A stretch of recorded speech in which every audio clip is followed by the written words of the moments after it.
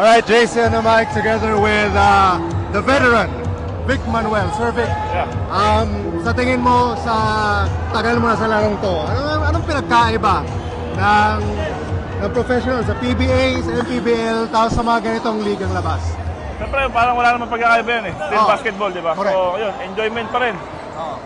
Gusto lang namin ma-showcase yung mga talent namin sa iba't ibang lugar. Sorry.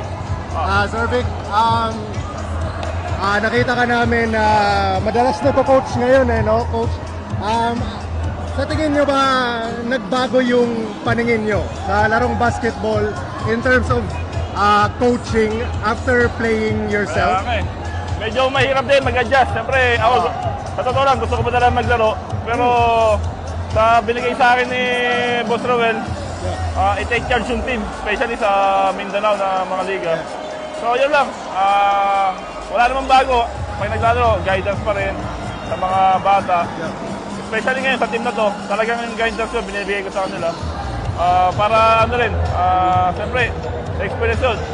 Marami na ako natutunan eh. Gusto ko may matutunan din sila. Kasi baka pagdating ng panahon, sila din mag-coach. Di ba?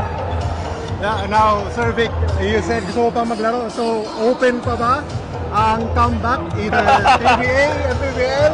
Open pa ba ang isang Sir Vic Manuel? Oo naman, siyempre. Kahit kayo naman. Kaso, parang ito na yung role ko ngayon dito. Basta ako, nag-enjoy pa rin ako maglaro. Dumadayo kami sa iba't ibang lugar. Ngayon, bumalik kami dito sa Bicol, di ba? So, yun lang.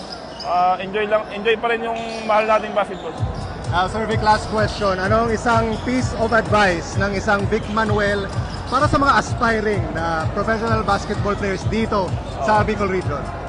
Siyempre, unang-una, yun, tiyaga, sipag, at saka dapat, kung ipo-force nila yung basketball, dapat gusto nila yung ginagawa nila, mahal nila yung ginagawa nila, hindi sila mapapagod kasi may pangarap sila maglaro eh. So, yun lang, saka disiplina, especially. Saka, yung study pa rin, importante pa rin, pag-aaral, di ba? So, parang pangalawa na rin basketball. Thank you so much, Sir Vic. Okay.